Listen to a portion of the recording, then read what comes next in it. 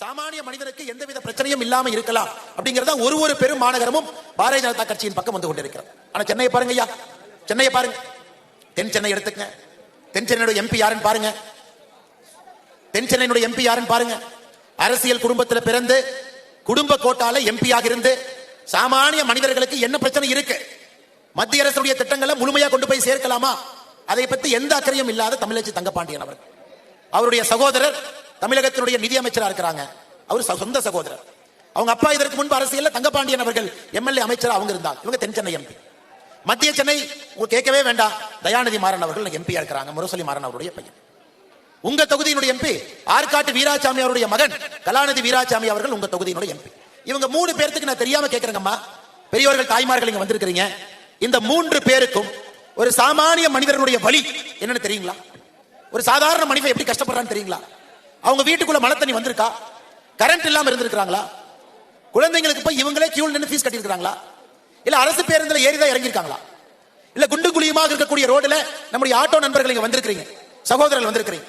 தினமும் 100 kilometre 150 kilometre முதுகு வலி வலிக்க இந்த குண்டும் குழியும் இருக்கக்கூடிய ரோட்ல வளைஞ்சு வளைஞ்சு ஆட்டோ ஓட்டிட்டு இருக்கீங்க. அந்த வழி தெரியுமா? சாமானிய மனிதர்களுடைய எந்த வழியும் தெரியாதவர்கள் இன்னைக்கு இந்த பெரிய மாநகரம், உலகத்தினுடைய முக்கியமான மாநகரம், நம்முடைய போற்றுதலுக்குரிய சென்னை மாநகரத்தினுடைய 3 தொகுதிகளாக இருக்கக்கூடிய பாராளுமன்ற உறுப்பினர்களுக்கு எந்த அக்கறையும் இல்லாம இருக்காங்க. இந்த முறை மாத்தணும், இந்த முறை மாத்தணும். உங்கள் அனைவருக்கும் தெரியும், மத்தியிலே 400 இடங்களை தாண்டி ஆட்சி கட்டளை அமரப்போவது பாரதிய ஜனதா கட்சி என்பது உங்கள் அனைவருக்கும் தெரியும். அதுல மாற்று கருத்து யாருக்கு இல்லைங்க ஐயா, எல்லோருக்கும் தெரியும். இன்னைக்கு ஒரே ஒரு கேள்வி, பாரதிய ஜனதா கட்சி 400 இடங்களை தாண்டுவதும் 450 இடங்களை தாண்டுவதும் உங்களுடைய கையில் இருக்கு. தமிழகத்திலிருந்து 39க்கு 39 எம்பி, வட சென்னை பாராளுமன்றத்துடைய எம்பி நீங்கள் பாரதிய ஜனதா கட்சி தேசிய ஜனநாயக கூட்டணியுடைய கையில கொடுக்கும் பொழுது 450 பாராளுமன்ற தொகுதியில மோடி ஐயாவுடைய இடதுகரம் வலதுகரம் இருப்பான். ஐயா 1 ரூபா 2 ரூபாய் பணத்தை கொட்டி கொட்டி கொடுக்கின்றோம், கொட்டி கொட்டி கொடுக்குறாங்க மாநில அரசு. மாநில அரசுக்கு மத்திய அரசு கொட்டி கொட்டி கொடுக்குறாங்க. ஆனா மாநில அரசு அதை கிள்ளி கிள்ளி நமக்கு தர்றாங்க. சென்னையிலே பெருவெள்ளம் வந்துச்சுங்க, 6000 ரூபாய் பணம் கொடுத்தாங்க. 6000 ரூபாய் பாரதிய ஜனதா கட்சியில நாங்கள் சொல்லி இருந்தோம் 10,000 ரூபாய் கொடுக்க வேண்டும்.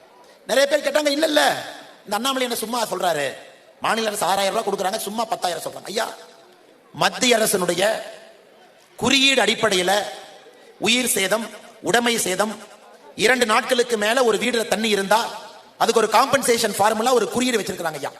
அதையெல்லாம் கணக்கு போட்டு பார்த்தா 10,500 ரூபாய் கொடுக்கப்பட்டிருக்க வேண்டும். அதனாலதான் ஒரு அறிக்கை கொடுத்து மத்திய அரசு என்டிஆர்எஃப்ல எந்த செக்ஷன்ல எவ்வளவு பணம் கொடுக்க வேண்டும் என்பதெல்லாம் நாங்களே போட்டு 10,500 ரூபாய் கொடுங்க.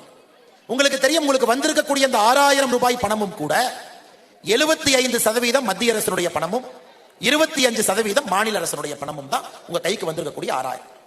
ஆனா இவங்க ஒரு கவர் எடுத்து கவர்ல முதலமைச்சருடைய போட்டோவை போட்டு அதுக்குள்ள 6000 ரூபாய் பணத்தை வச்சுட்டு அதை வாங்கும் பொழுது 2 திமுக நண்பர்கள் வந்து செல்ஃபி எடுத்து போட்டுட்டா மக்களுக்கு தெரியாம போயிருங்களா? உங்களுக்கு வந்திருக்கக்கூடிய இழப்பீடு தொகை 6000 ரூபாயை முதல்ல கம்மி, அது 10,500 ரூபாய் வந்திருக்க வேண்டும்.